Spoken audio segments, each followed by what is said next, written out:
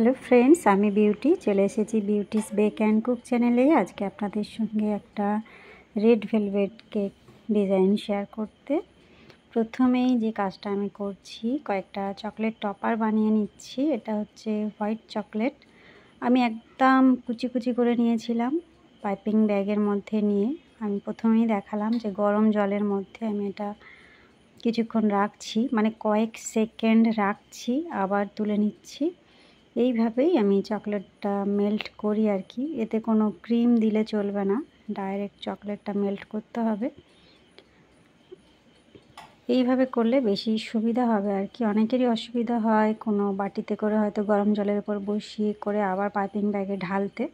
তার থেকে বলবো পাইপিং ব্যাগের মধ্যে নিয়ে গরম জলের মধ্যে একটু করে ডুবিয়ে রাখলে এটা মেল্ট হয়ে যায়, তারপরে কাজগুলো করতে বেশ সুবিধা হয়। এই যে মোলটা নিয়েছি আমি, এটাকে আমি উল্টো করে নিয়েছি, অপোজিট সাইডটা একদম প্লেন আছে, তার উপরে কয়েকটা হার্ট বানাচ্ছি আর কি। এটা পুরোপুরি ভরাট করছি, আর আগেরগুলো মাঝখানটা গ্যাপ ছিল। এখানে আমি বড় থেকে ছোট বিভিন্ন মাপের কয়েকটা বানিয়ে নিচ্ছি। রেড ভেলভেট কেক আপনাদের আগে আমি অনেকবার শেয়ার করেছি, আমি রেসিপিও শেয়ার করেছি। এখন টাইমের জন্য আর করা হয় না আমার। আমি ডিজাইনটাই শেয়ার করি, যদি প্রয়োজন হয় আমার চ্যানেলে ভিজিট করলেই সেই সব আগেকার আমার যত ভিডিও রয়েছে পুরোটাই আমি শেয়ার করে রেখেছি, সেগুলো দেখতে পারেন। এখানে আমি হার্ট শেপ করে কেকটা বানিয়ে নিয়েছি, মানে রাউন্ড শেপ ছিল, হার্ট শেপ করেছি। এই কাটিংটাও আমি বেশিরভাগ ভিডিওতে আপনাদের সঙ্গে শেয়ার করে থাকি। আর এটা আমি ক্রাম কোট করে ফ্রিজে রেখেছিলাম, এখন ফাইনালাইজিং করছি। পুরো ক্রিমটাই আমি চিজ ক্রিম ব্যবহার করেছি, মানে এই যে উপরে আইসিং করছি এটাও চিজ ক্রিম দিয়েই করছি।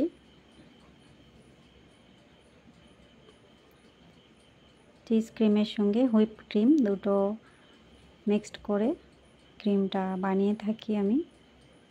রেসিপিটা যদি কারোর প্রয়োজন হয় আমাকে কমেন্ট করতে পারেন, তাহলে আমি অবশ্যই শেয়ার করব।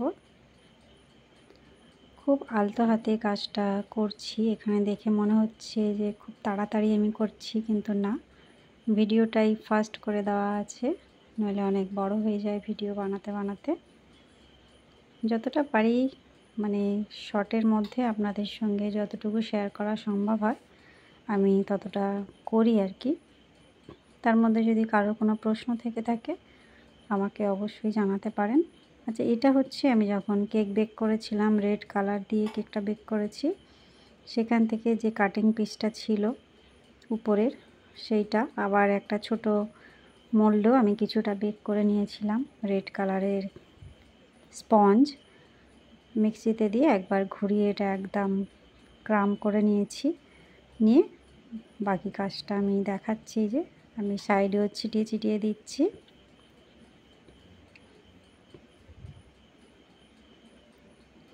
ক্রামটা এত সুন্দর হয়েছে যে কোনো অসুবিধাই হচ্ছে না। অনেকে আমি দেখেছি যে ছাঁকনি দিয়ে উপর থেকে ছেঁকে ছেঁকে দেন, মানে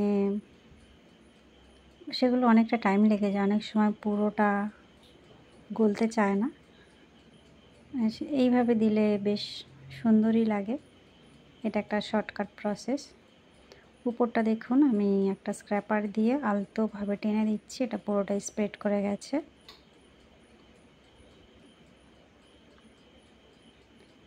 রেড ভেলভেট কেকের এটাই হলো বিশেষত্ব, মানে রেড ক্রাম দিয়ে যতক্ষণ না কেকটা কভার করা হয় ততক্ষণ মনে হয় না যে এটা রেড ভেলভেট কেক বলে।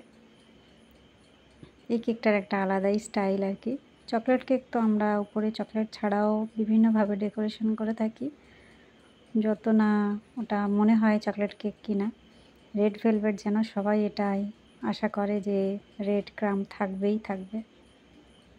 ছোট্ট করে একটা বর্ডার করে নিচ্ছি, একদম ছোট সাইজের একটা স্টার নজেল দিয়ে প্রেস করে সাইডে টেনে টেনে দিচ্ছি।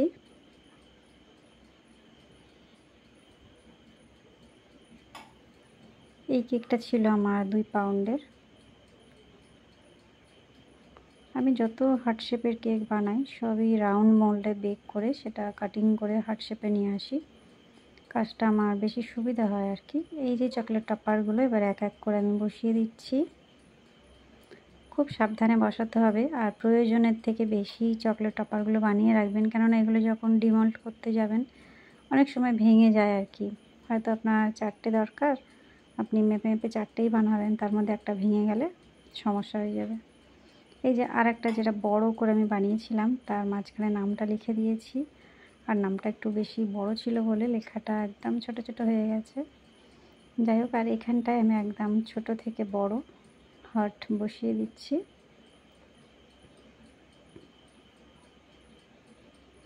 এই যে কেকটা এবারে আমার কমপ্লিট। বন্ধুরা, কেমন লাগলো? ভালো লাগলে বা একটু হেল্পফুল মনে হলে অবশ্যই একটা লাইক করবেন, চ্যানেলটা সাবস্ক্রাইব করে রাখবেন। আমার চ্যানেলে আমি রোজ নতুন নতুন ডিজাইন নিয়ে আসি, আপনারা ফলো করতে পারেন। দেখা হবে নেক্সট ভিডিও। Bye bye.